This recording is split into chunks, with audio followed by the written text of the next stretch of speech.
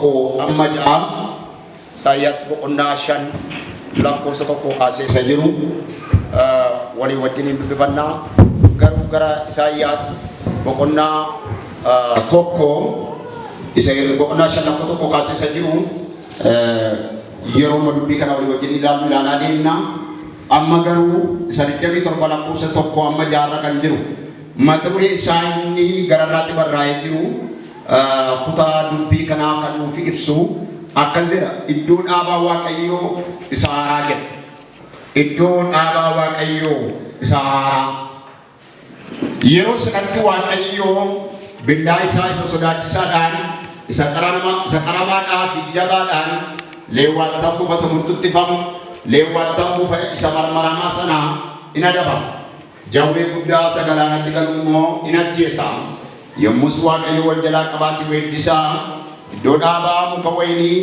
isa namatti tolu sanaa weeddisaa ani waaqayyo eegduu isaati yeroo hundumaa bishaan nan obaasaa namni tokkollee akka isa hin miinetti halkanii fi guyyaa isa nan eegaa ani si'achi isatti naaru qoraattii fi kosorruun yoo jiraatanis lola isaanitti nan kaasaa dafee biddaan gubee isaan nan barbadeessaa yookis immoo anatti kooluu galanii anaa wajjinis nagaa buusanii in jedha lakkoofsa jaarratti ni argamu akkas jedha bara dhufutti Yaaqoob iddee yaafataa Israa'el geeddaraadhaa ijinni godhatu immoo biyya lafaarra hin guutaa ameen. Haareffamanii ija godhachuu kan jedhu gabaabsinee dubbii waaqayyoo walii wajjin ilaalla ganama kana. Haareffamanii ija godhachuu haareffamu ija godhachuu calluma jedhanii haaraanii taa'utu hin taane haara'uudhaan erga haaraan immoo bu'aa buusu waan haaraaniif sana kennu itti haareffamanii waan haareffamaniif sana bu'aa isaa buusu waan haaraaniif sana laachuu malee calluma jedhanii haaraanii miilla walirra naqatanii taa'utu hin taane haaraanii calluma jedhanii deddeebi'uutu hin taane haaraanii bu'aa haaromsaa kennu bu'aa isaa laachuu kan jedhu gabaabaatti kutaa kana keessatti ilaalla. Haareffamuu jechuun gedderamuu jechuu miti. Identitii jalqaba gadhiisanii turan sana isa jalqaba qaban sana isa deebiin immoo gaddi sana urjinaalii isa ganamaatti deebi'u jechuudha. Urjinaalitti deebi'uudha malee addaan ba'uu isa duraa sana isa duraa addaan ba'uu jechuu miti. Haareffamuu jechuun hiikumta afaan Oromoo galmee jechootarraa yoo ilaaltan urjinaalii isa ganamaa sanatti deebi'u. Urjinaalii ilmoon namaa ganama gaafa uumame moofaa miti haaraa isaatu uumame.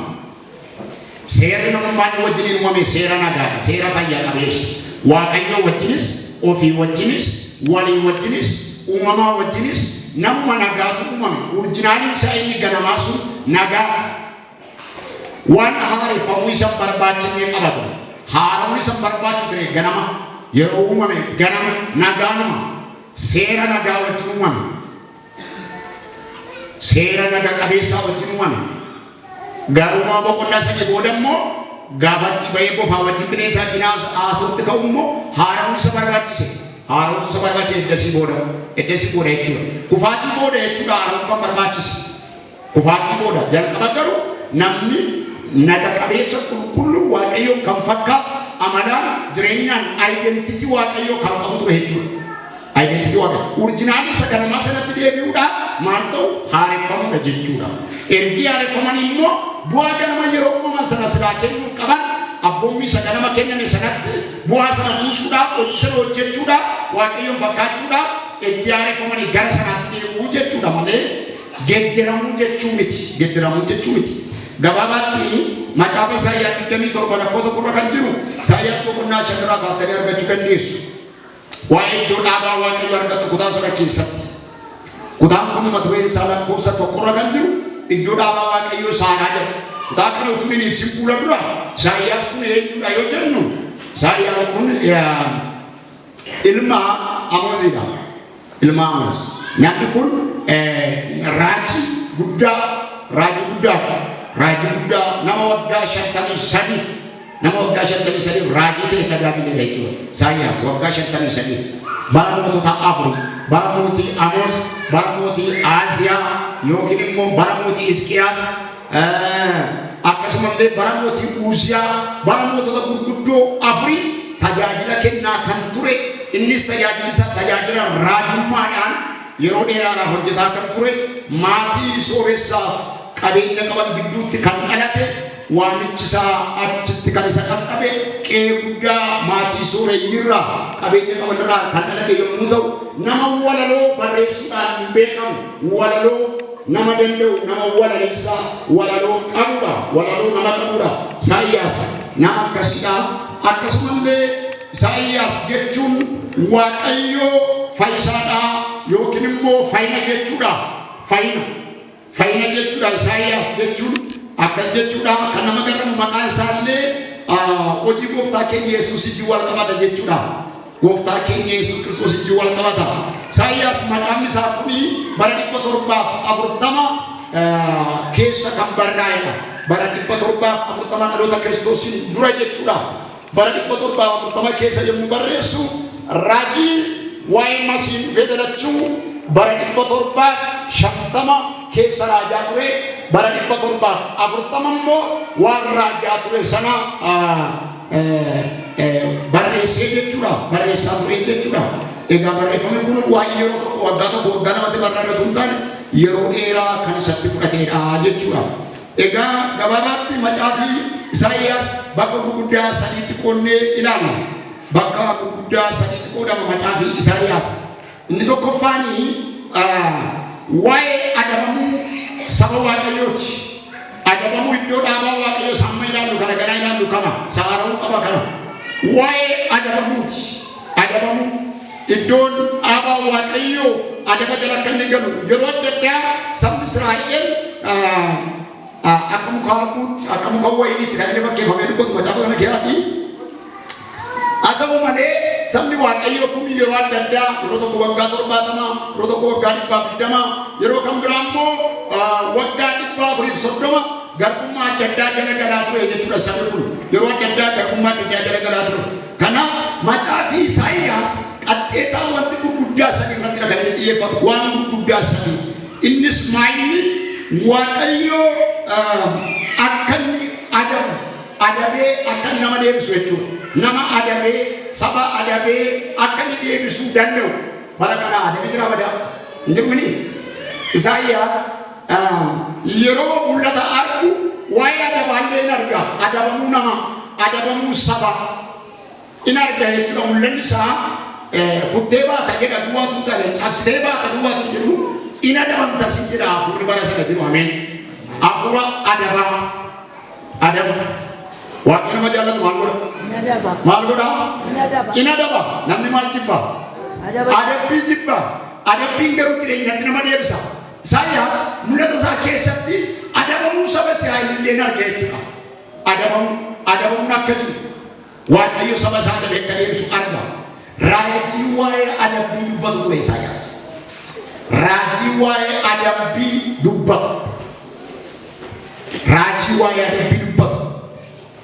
Boqonnaa tokko hanga boqonnaa 35 keessatti boqonnaa tokko hanga boqonnaa 35 Isaayyaas keessatti ilaaltan Waaqayyo akka inni nama adabu warra isa irraa deebi'an akka adabu hafuurota hamootallee akka inni adabu warra saba isaa karaa raajana isaa akka inni adabu dubbata kutaan kun. Inni kan biraan waa'ee seenaa of keessatti qabata. Inni lammaffaan macaafa Isaayyaas seenaa of keessatti hammata. Seenaa waa'ee maalii? Seenaa waa'ee saba Waaqayyoo fi seenaa waa'ee dhalachuu Masiih. Waa'ee Masiih dhalachuu, waa'ee Amaanu'eel, waa'ee fayyisaa isa ta'e gooftaa keenya Yesuus Kiristoos seenaa dhaloota isaatii fi seenaa dhiphina isaatii fi seenaa du'ee du'aa ka'uu isaatii fi seenaa gara Waaqayyootti ol ba'u deebi'ee dhufuu isaa Yesuus Kiristoos seenaa godhee dubbata. Seenaa kana illee ibsa. Isaayyaas boqonnaa 36 hanga boqonnaa 39 irratti illee argachuu dandeessu. Raajii waa'ee nagaa kan of keessatti qabudha. Inni sadaffaan macaafa Isaayyaas macaafa 66 yookiin boqonnaa 66 yoo qabaate iyyuu boqonnaa 66 yoo qabaate iyyuu bakka gurguddaa sadiitti qoonna. Tokkoffaa waa'ee adabbii, lammaffaa waa'ee seenaa yookiin baroota keessa taatoo ta'an kan of keessatti hammatu. Inni sadaffaan raajii nagaa kan of keessatti qabudha. Barri nagaa inni faade nagaa ilmi nagaa inni dhalataa jedha. Waa'ee Yesuusidha jechuudha. Waan gurguddaa kana sadan of keessatti qabata jechuudha. Egaa kaayyoo qaba macaafa Isaayyaas. Kaayyoo barraa'e qaba. Kaayyoo isaa tokkoffaan Waaqayyo saba Yihuudaa, saba Israa'elii fi saba bara sana turetti akka gaddeebi'u mul'isa macaafa isaa. Waaqayyo saba Yihuudaatti, saba Israa'elitti gaddee akka jiru, akka Waaqayyo sabatti gaddee jiru dubbata macaafa Isaayyaas. Inni lammaffaan raajii dhaloota itti aanuuf dubbatame of keessaa qaba. Dhaloota itti aanuuf raajii dubbatame, dhaloota itti aanee dhufu maal akka ta'u, fuula duratti maal akka ta'u. Raajii jechuun kennaa sagalee ogummaatiin wanta baroota keessatti ta'u dursee kan argu, waldaa kiristaanaatti kan himu, waldaa kiristaanaa kan hubachiisu jechuudha. Raajii waan gara fuula duraatti sabatti dhufu, biyyatti dhufu, dhalootatti dhufu dursee kan argu, kan hubatudha jechuudha. Kunis fedha ofii isaatiin utuu hin taane fedha Waaqayyoon ayyaanni kun isaaf kennamee jechuudha. Inni kan biraan abdii masiinsa Daawit keessaa kan argamu. Isaayyaas boqonnaa 11 irratti idda ishee keessa maaltu ba'a? Latiin hin ba'a jedha. Isheen immoo kan eewudha. Daawit kan eewudha. Kan isheedha jechuudha. Achi keessaa latiin ba'a jedha. Kutaa kana keessatti abdiin masiinsa Daawit keessaa argamuu isaa maaliin? Fooniin jechuudha. Masiin fooniin sanyii Daawit keessaa dhufee kan dhalatu, Maariyaam durbarraa kan dhalatu gooftaan keenya Yesuus qaama foonii uffatee akka namaatti nama ta'e gad of deebisee sanyii Daawit hidda ishee keessaa karaa durbee Maariyaamiin geggeessaa hafuura qulqulluutiin namummaa uffatee achi keessaa akka inni gadi ba'u nama tajaajiluudhaaf nama ta'ee dhufu waan isa barbaachisu. Raajii kana utuu Yesuus Kiristoos hin dhalatin waggaa 750 dursee raajaa ture jechuudha. Inni kan biraan itti buufnee kan ilaallu qabxii ijoo qaba macaafa Isaayyaas. Macaafa kun boqonnaa 66 qabaatu iyyuu malee ijoon dubbii as keessa jiru waa'ee tajaajila gooftaan xiyyeeffata. Gooftaa walumaa gala macaafni Isaayyaas kan inni irratti xiyyeeffatu waa'ee Masiihii, waa'ee dhiphina gooftaa keenya Yesuusidha. Isaayyaas boqonnaa 53 lakkoofsa 5 irratti gaafa ilaaltan. Kana jennee yommuu bira dabarru Isaayyaas 27 kan jiru, 27 kan jiru waa'ee haareffamuu iddoo dhaabaa Waaqayyo dubbata mata duree kootti gaafa galu. Haareffamuu iddoo dhaabaa Waaqayyo. Iddoon dhaabaa Waaqayyo haareffamuu akka inni qabu. Waaqayyo jechuun bakka bultii Waaqayyo, bakka ooltoo Waaqayyo, bakka jireenya Waaqayyo, bakka itti waadaan Waaqayyo raawwatu, bakka itti Waaqayyo namaa wajjin hariiroo qabu, akeeka qabu, namaa wajjin jiraatee agarsiisu. Iddoo dhaabaa Waaqayyo jechuun saba Waaqayyo jechuudha. Maasii Waaqayyo jechuudha. Laphee namootaa jechuudha. Warra Waaqayyootti amanan jechuudha. Seera abboonni Waaqayyootti amananii warra jiran jechuudha. Du'aa ta'utti eenyu bara baraan jiranii warra amanan jechuudha. Isaan maal jedhamu? Iddoo dhaabaa Waaqayyo. Bakka itti Waaqayyo namaa wajjin wal argu, bakka buufata Waaqayyo jechuudha. Today anis mana kana keessa kan jiru humni keenya iyyuu iddoo dhaabaa Waaqayyooti. Mekkira anidha. Iddoo dhaabaa Waaqayyootidha. Rani gajara sirriitti dabalu lammaffaa anidha. Iddoo dhaabaa Waaqayyootidha. Amiin jedha. Iddoo dhaabaa isaa kana keessaa bineensa baasa barbaada Waaqayyo. Rani gajara Waaqayyo iddoo dhaabaa isaa keessaa bineensa baasa barbaada. Aku mana dia kisah tu binasa ni tu ni. Waaqayyo mana sini cang. Amin. Incaala kun taanee dorgomamu.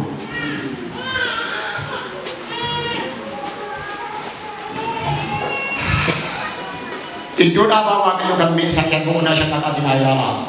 Iddoo dhaabaa isaa kanatti aaree ture Waaqayyo. Aaree ture isaa kan boqonnaa shanirratti. Itti aaree. Itti aaree.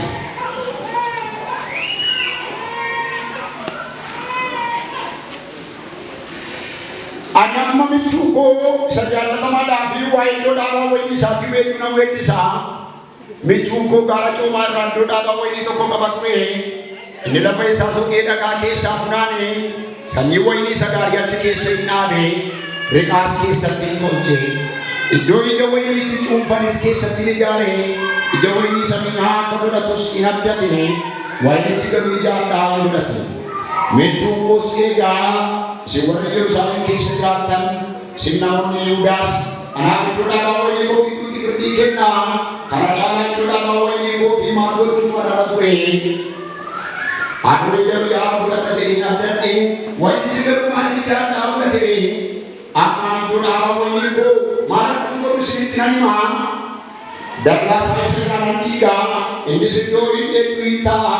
Orang ikut tidak ada sama seperti kita ada sana tiga masih jadi pemisahan muda. Dan dari saya baik ketamu jelasin sokamu.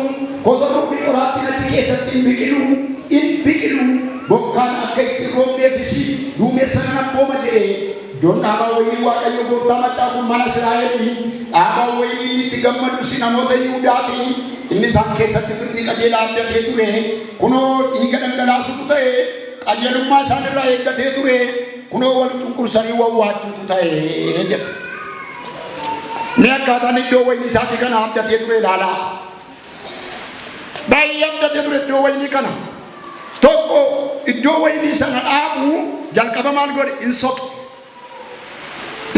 lam agaki safunan sabi dan lain ijar afur ida wali samia burat acike sada shat orin dite kotte ana kai balle sire berikat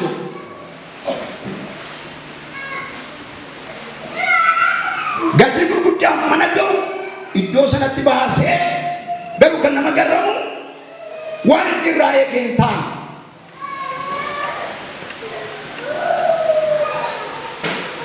umna gafa sotu fite umna gafa daga ke safnanu fite umna qorati ke safnanu fite dalaga masisna rato jede unduma fite kabenya fite yada fite gafa sireni tijara mu idoti chumba waini chumba mu gafa ko pai umna gafa sana ori gafa sana fite bikile guddate dame godate ijayu godate kanama garra muhammad hukuma waini da bikile guddate dame godate darare ija godate waini numa yo chumfa garu waini biti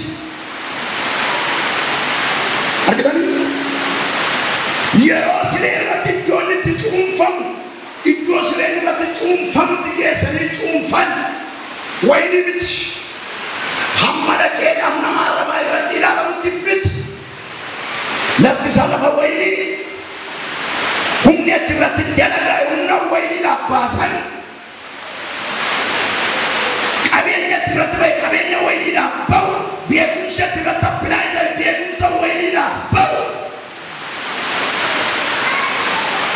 kana undafite umara tegaru gafa chumfam ini jirmi samu kawaini jami samukuma waini bani samukuma waini dararan sadara waini fakiri jasati ja waini garu yiro nyatamu yiro afanna mati chobu yiro kesana mala waini mit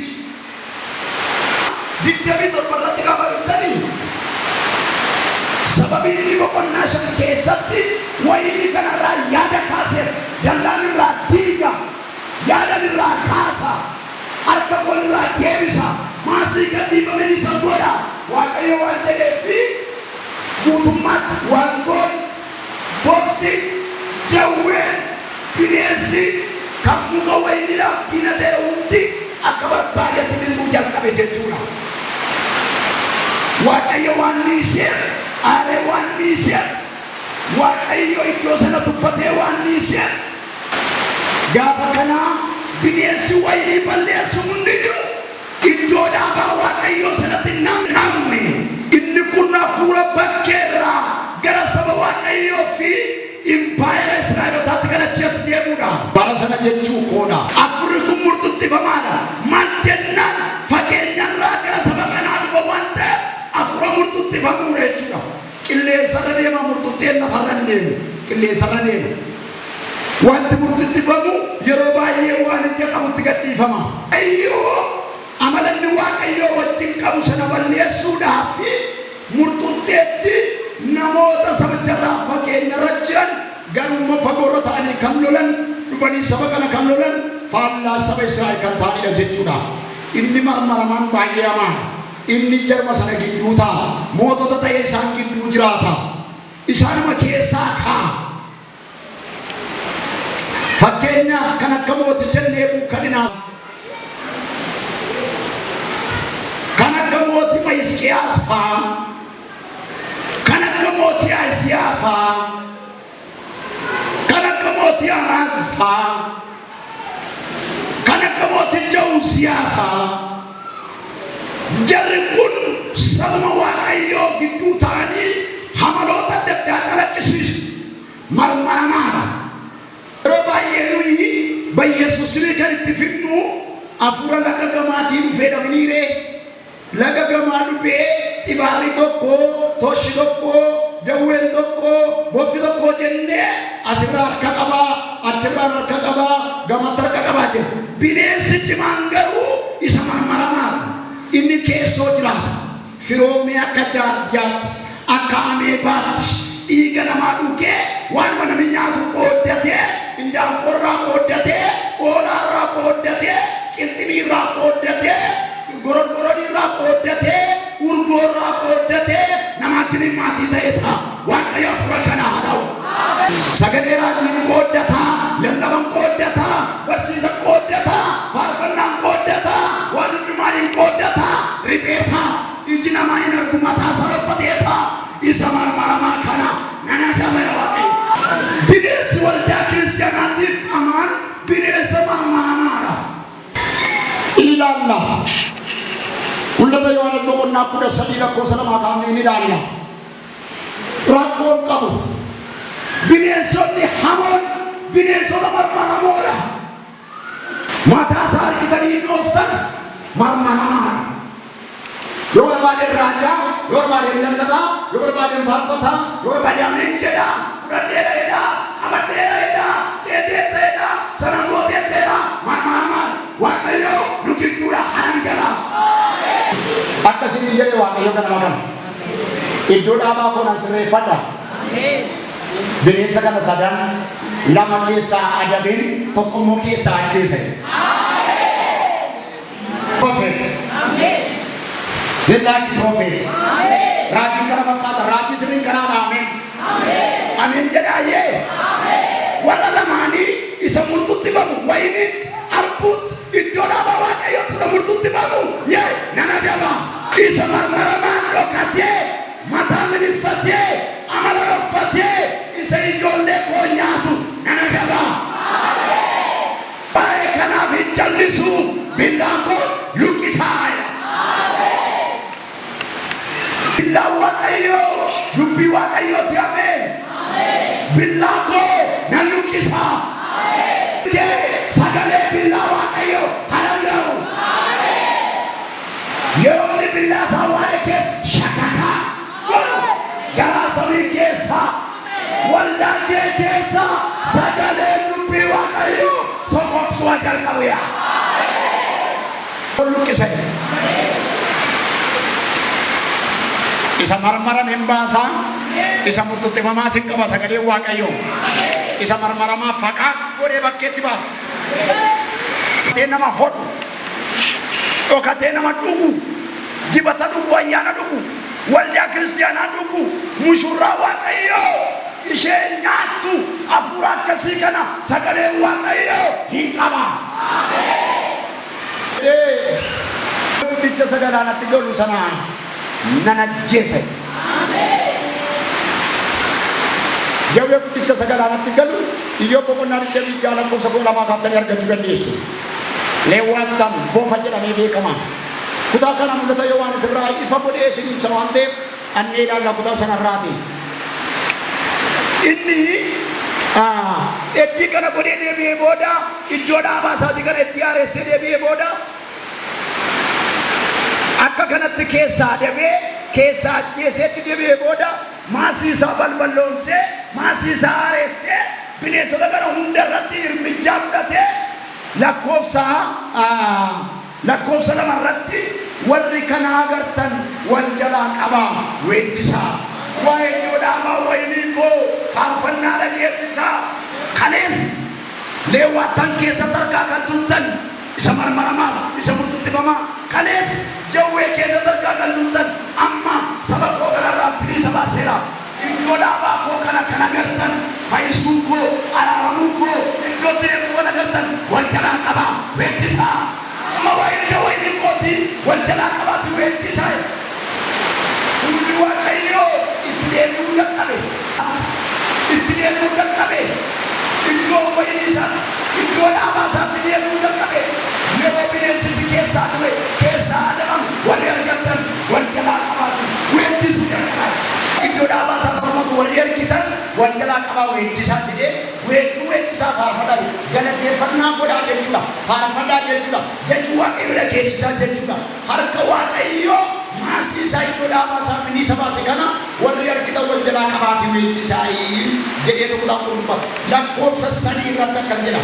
Lakkoofsa 3 irratti ani Waaqayyo kana booda eegduu isaati. Ameen. Kana booda iddoo dhaabaa koo natu eege. Macaafa Izqeelaatiin boqonnaa 12 gaafa dhattanii ani kana booda saba koo raajota harkaan hambaasaya.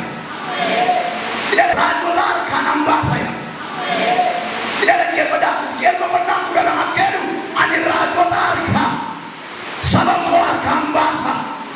Foloqoqeen akka isaanii kee habaasa. Ani ofii kootiin saba koo tirsaa nan tirsa saba koo namatti amaneedhaan ofii kootiin tiksee Waaqayyo saba isaa akka tirsu raawwatee agarsiise. Wangeelawwan boqonnaa 10 lakkoofsa 10 irratti lakkoofsa 10 gaafa ilaaltanii tikseen hoolotaa ana. Tikseen hoolotaa jedha anaadha. Anatu tiksa hoolota koo. Hoolota jechuun saba Waaqayyo jechuudha bakka. Udah lakkoofsa 7 wangeela Yohaanis irratti immoo balballi hoolotaa anaadha. Anaan yoo ta'e malee eenyu gara baay'ee dhaquu hin danda'u. Ana balballi hoolotaa waan sitti himaa waardiyaa waldaa kanaaf qacartu malee waardiyaa saba Waaqayyoo qacaruun hin danda'amu. Dhugaa mosoo dhugaa dhabni Inner Church jedhamti isheen kun Inner Church isheen kun waardiyaan barbaada. Waardiyaan ishee abbaanuma isheedha. Ameen. Tokkoon keessan kun hundi mana kana keessa jirtan amantoonni sabni Waaqayyoo dhiiga Yesuusin lammaffaa kan alattan kan miiccattan kan bullooftan hundi keessan Yesuustu hedduu keessanii. Anatu tiksa hoolota koo afaan raajotaa keessaa foloqoqeen baasaya. Izqeel boqonnaa 12 dubbisaa kana qaali. Eegdota iyyuu nan adaba. Warra eegdota nan adaba. Isaan hoolota koo warra fufurdaa hin qalatanii nyaatan. Gogaa isaanii immoo kophee godhatan leeserii godhatanii jedha kutaan sun. Waan hoolota irraa argatan hin fayyadamu. Hoolotatti immoo hin fayyadamu. Hoolaa immoo hin gargaaran. Isaan kana keessaan hoolota koo yaasa.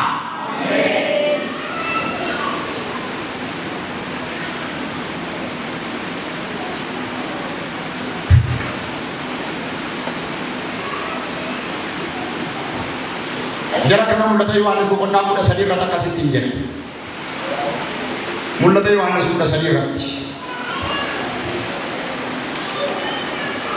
Mul'ata Yohaanis 13 irratti.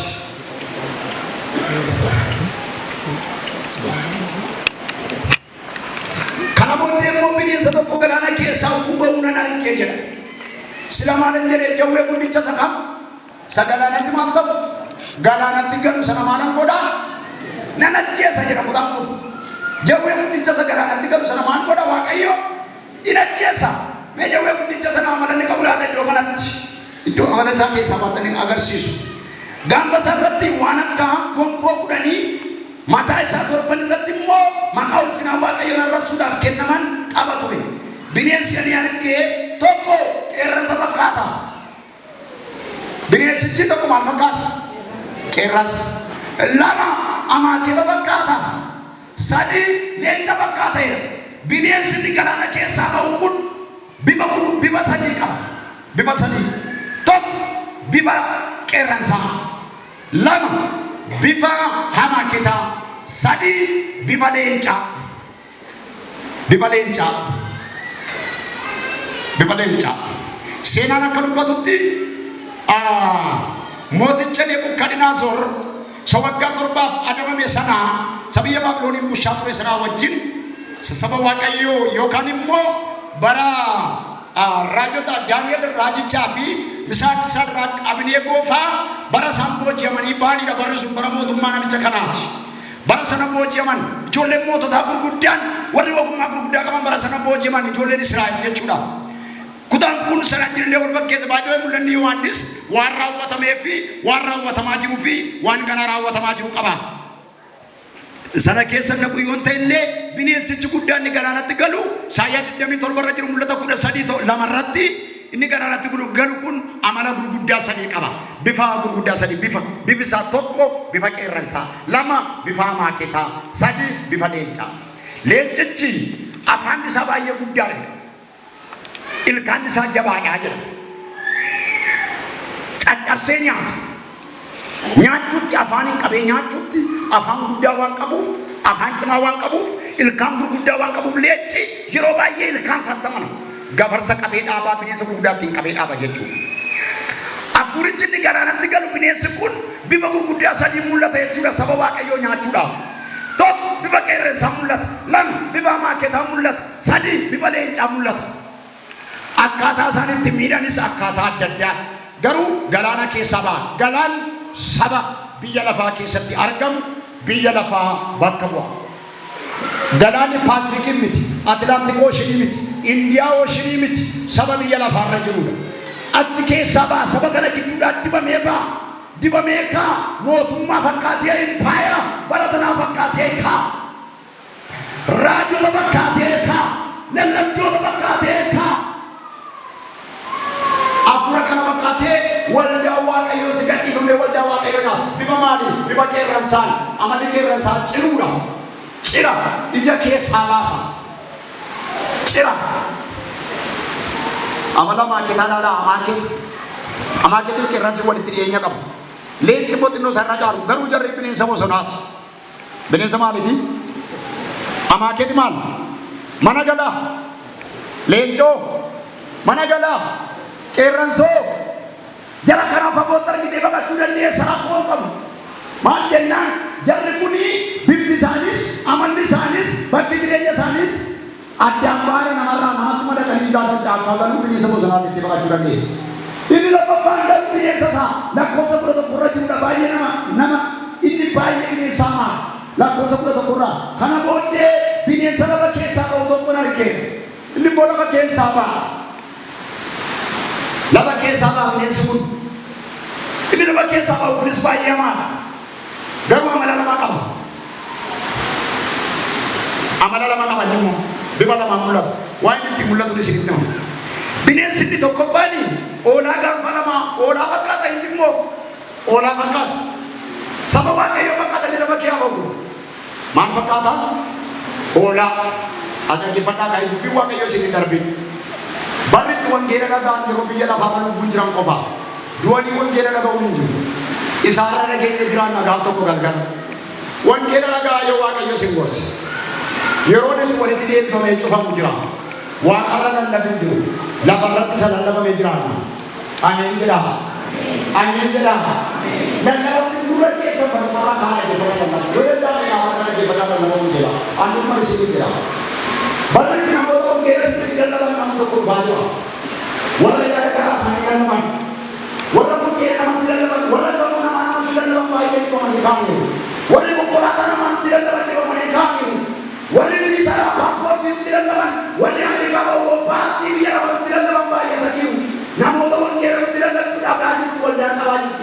sila wangeela gurra keessa deebisa. Wangeela gurra keessa dha. Bineensi lafa keessaa uumamaa. Waldaan immoo lafarratti ijaarame. Namni immoo lafarraa uumame. Namni iyyuu lafuma.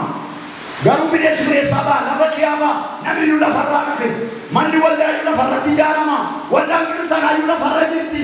Garuu bineensi nyamaan kun lafa keessaa ba'a. Lafa keessaa ba'a. Barbaachinaan asuma iddoo isaan ol ba'uu danda'a jechuudha. Lafa waan ta'eef adeemis ol ba'uu danda'a. Maal fakkaatee oolaa? Mataan isaa oolaa. Dugda duubi isaa kun jawwee. Bineensi kun bifa lama mul'atu. Tokko oolaa fakkaatee lafa kiyaama. Maaliif? Mataa isaanii. Lama jawwee fakkaatee lafa keessaa ba'a. Maaliif? Dugda duuba isaanii. Ansaa keessatti jawwee dugda duubi isaa. Mataa isaa oolaa. Akka saba waaqayyooti kun nama waaqayyooti jettanii gandee waldaa irratti hin buunee fi dugda duubi isaa jawwee waaqayyooti nuu kennee kun nama gaariidha jettanii akka wajjin hin kadhannee fi dugda duubi isaa jawwee kun jawweedha jettanii akkam gandee mataa isaa morbeessa oolaa. Afura wal fakkaataa. Waaqayyoo afura kana sirraa gargaaraaf. Keessatti ergaa ol kaasaa. Yaa Waaqayyo jedha. Afura wal makaa kana jedha. Waldaa keenya irraa gargar baasedha. Ameen jedha. Nama Waaqayyo jettee akka qabattee deemneefi utuu wajjin fakaatiin sitti garagalee jawweedha si liqimsa. Laala jettee gibbii keessa kan bushineefi jawweedha halkan si liqimsa. Jawweedha jettee lagatti akka dariineefi mataan isaa korbeessa oolaadha. Warri dugda duuba isaa beekan jawweedha jedhu warri mataa isaa beekan immoo oolaadha jedhu nama wal ficcisiisaa oola. Dhugaa Waaqayyooti nama Waaqayyooti jedhu warri kaan dhugaa Waaqayyoo nama Waaqayyoo miti jawweedha jedhu warri kaan dhugaa Waaqayyoo raajii dhugaadha jedhu warri kaan dhugaa Waaqayyoo raajii dhugaa miti jawweedha jedhu warri kaan waldaa wal ficcisiisa. Waaqayyo afura kana nurraa dha'u.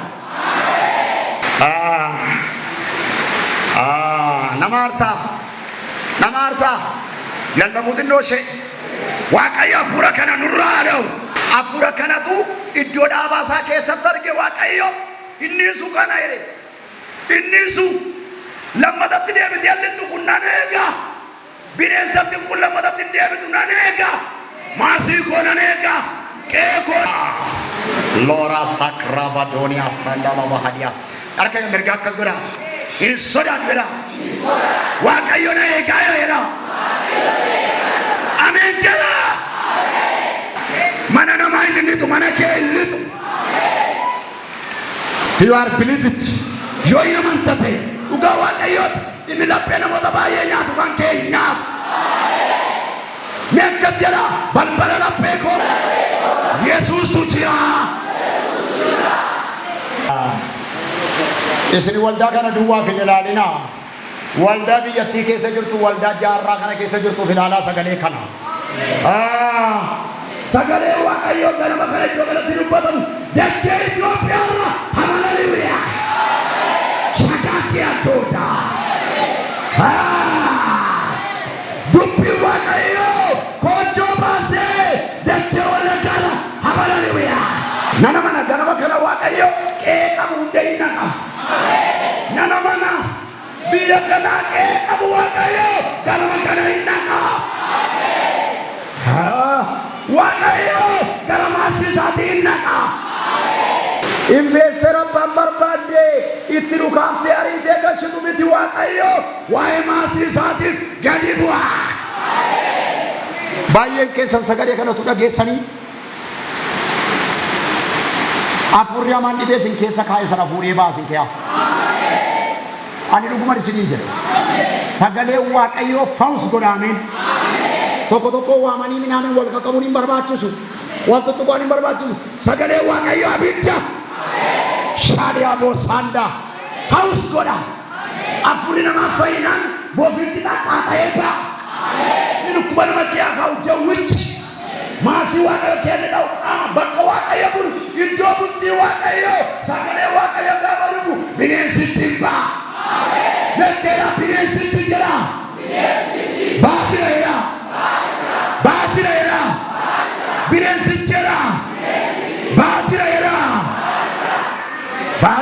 bishaan jiraan. Even afurri utuu lallabamuu ba'ee bara namatti hin deebi'u. Dhugaa Waaqayyoo. Afurri utuu barsiifamuu ba'ee bara namatti hin deebi'u. Amala isaa fudhateera. Ameen jedhaa. Alluma jedhee nama fayyisee fawus godhee namatti isu Waaqayyo. Nani eega kana booda. Erga fawusii godhee deebi'ee booda nani eega. Jedhee deebi'eetu lakkoofsuma afurratti. Lakkoofsa afurratti ani lammaffaa iddoo dhaabaa wayinii kootti in aaru. Maaliin godhu? In aaru lammaffaa. Kanaan dura itti aareen ture ammatti in aaru.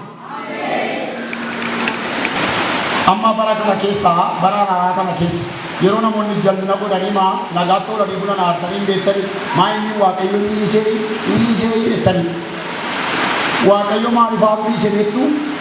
Aarii isaa Yesuus irratti fixate. Amiin jedhaa. Aarii nama irratti qabu, aarii saba irratti qabu, aarii dhaloota irratti qabu Waaqayyo Yesuus irratti muka fannoo irratti itti fixate. Dubbii kana irra deebi'aa ilaalaa. Irra deebi'aa ilaalaa dubbiin kun cimaadha. Maaliif Waaqayyo jalloota yeroo isin gadi baatan dhaabolee lama buusu maam abaluu hin adabu abaluun maan kaasu maal jettanii yaaddan Yesuus keessaan ilaala. Yesuus keessaan ilaala. Kanaaf gatii Yesuus kaffale namaaf cubbuudhaaf guddaadha waan ta'eef ati keessaa ilaalee obsa. Balballi banaadha waan ta'eef agaltu eega. Aduftu eega. Kana godhee dhuguma buddeen nyaataa jennu buddeen isa ispardeetii ta'u. Maal goota irbaatarra hin jiru. Buddeen qursiirra jira malee misaarra jira malee namichi jalina godhaa jira taanaan irbaatarra hin jiru. Irbaatarraa ka'eera. Qursiin moo lama barbaadanii hunyaatu. Irbaanni immoo mootummaa Waaqayyooti. Jireenya bara baraadha. Mirga Waaqayyo abbaadha. Kanaaf qursii namatti hin hinaafin namichi irbaatarra hin jiru. Waaqayyo irbaataaf adeemisu. Ameen. Maaru jedhe shanaffaa irratti akkeede shanaffaa irratti ani iddoo dhaabaa wayinii kootii bishaaniin obaase. Bishaan maalan godhaa? Nan obaasa. Amma maasii koottan bishaan deebise. Kaleessa jawweetu keessaa xuuxaa. Boficha isa marmaramaa isa bulqulxifamaatu keessaa xuuxaa. Dhiiga muka wayinii kanaa iddoo dhaabaa kanaa xuuxaa. Amma kana booda jedhe eenyaan bishaan itti deebisa. Nan obaasa iddoo wayinii koo kana iddoo dhaabaa koo kanaaf bishaan gadhiisa. Wangeela Yohaannis boqonnaa 7 bishaan jireenyaa gooftaa keenya Yesuus Kiristoosidha. Wangeela hojii ergamootaa boqonnaa 2 bishaan waldaan kiristaanaa dhuddee iddoon dhaabaa Waaqayyo dhuddee boqottu hafuura qulqulluudha. Wangeela Yohaannis boqonnaa 7 lakkoofsa 32 booda yaan bishaan jiraataa garaasaa keessaa burqa jedha. Inni waldaan kiristaanaa dhuddee bifa baaf dhuddee boca godhatu dhuddee roga qabaa dhuddee lafa dhiisaa deemu dhuddee lalisaa deemu bishaanichi isa Yesuus keessaa yaa'udha.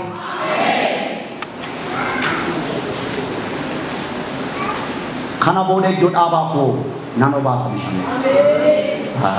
Akkasiin jedhee ganamaan Waaqayyo. Yaa saba Waaqayyo akkasiin jedhee Waaqayyo ganamaan. Bishaanan sitti deebise. Ailandii baattee mana namarra hin jirtu maqaa Yesuusiin. Looraas sandala badiyaas. Ameen jedha. Ameen jettanii. Ailandii xixinnoo baattee bishaan ailandiitti bitattee mandara keessa bishaan bittee hin jirtu. Madda isaarraa dhugda malee. Loora labadiyaas. Ameen jedha. Akka Yesuus wangeela Yohaannis boqonnaa 7:32 booda yaa bishaan jiraataa hanaadha. Glorious. Namni anatti dhugee wangeela Yohaannis boqonnaa 4 lammata deebi'ee hin deematu. Israa'el dhuganii mandara keessa karaa bishaan hin joorre, tulluurra hin joorre, laga keessa hin joorre, gara qe'ee guddaatti hin joorre. Yanna Yesuus keessa burqaan jireenyaa sii burqeera. Harka keessa mirga harkaasaa ani jedha. Bishaan jireenyaa dhuganii deebi'anii dheebonne. Yesuusitti dhugeera. Ameen jedha. Kotti garaan isin kutee darba. Innattu baa bishaan bittee. Innattu baa maqaa Yesuusiin. Okay. Wangeelli kun namni maatu na qora. Innattu gaa bishaan bittee mana namaa. Kaas harka kee ol maqaa Yesuusiin. An hojjetaa Waaqayyooti. Innattu gaa bishaan bittee. Innattu gaa bishaan bittee. Yaa Waaqayyo hojjetaa keetti na gargaari. Yaa Waaqayyo na gargaari. Yaa Waaqayyo na gargaari. Sabni kun gara bishaan jireenyaatti adeemuuyee. Bara-baraan ana duratti hafuura qulqulluu duratti Waaqayyo duratti waa dhiyaasee itti harka kee ol kaaftee. Lammata bishaan jawwee keessa jiru hin dhudhu. Lammata jawwee bofti marmaramaa bishaan inni keessa jiru hin dhudhu. Hin dhudhu yee. Iskeen boqonnaa kutamii torba lakkoo tokko kee iskeen bishaan isa mana qulqullummaa keessaa yaa'uun argee. Lama bishaanichi gaawwalee uumamni hundinuu deebi'aa samayya. Injiraata nagaatti deebi'eera. Manni qulqullummaan Iskeel argu bara sana kan Solomoon yoo ta'e iyyuu kakwaara keessatti Yesuusidha. Isa isaan jissanii nan gaafa guyyaa sadii ka'e sana. Inni isaan isa keessaa bara-baraan maddi isaa hin gogu. Waaqayyo waan keessa qobush qabaa. Yaa saba Waaqayyo jabaadha. Ani dhuguma isin jedha. Sagalee dhaga'ee nama baay'ee qaba kophaa kana. Waldaan kiristaanaa yeroo ammaa jirtu jeejoofteetti. Maal qaba warri keenya koo bishaan keessa laallatanii. Maal qabaan jiru. Amma koo nama isin kana deemanii iyyuu ani hin jettan. Kadhannaa namaa bareedan. Saduraa Saamu'eel boqonnaa 13 lakkoofsa 19 irratti gaafa irratti ilaaltanii. Warri Filisxeemotaa akka gootee beeksisa baaftee laxxafte. Sabni Israa'elii qonnaa qotaa waynii dhaabaa horii horsiisamanii ree innaa maarashaa tumsiifataa qottoo tumsiifataa gasoo tumsiifata ture. Innaa warri Filisxeemotaa arganiitu eeboo tumsiifata warri Israa'el eeboo tumsiifata horii eeggata waan ta'eef. Innaa warri Filisxeem ilaalanii lammata ogeessi sibiila tumu qottoo tumu gasoo tumu maarashaa kan tumu as keessatti akkan argamu. Sabi kun gadi guyyaa tumsiifatu malee biyya Israa'el keessatti akka qottoon hin tumsiifamne eeboonis maarashaan akka tumsiifamne jedhanii beeksisa laxxafan.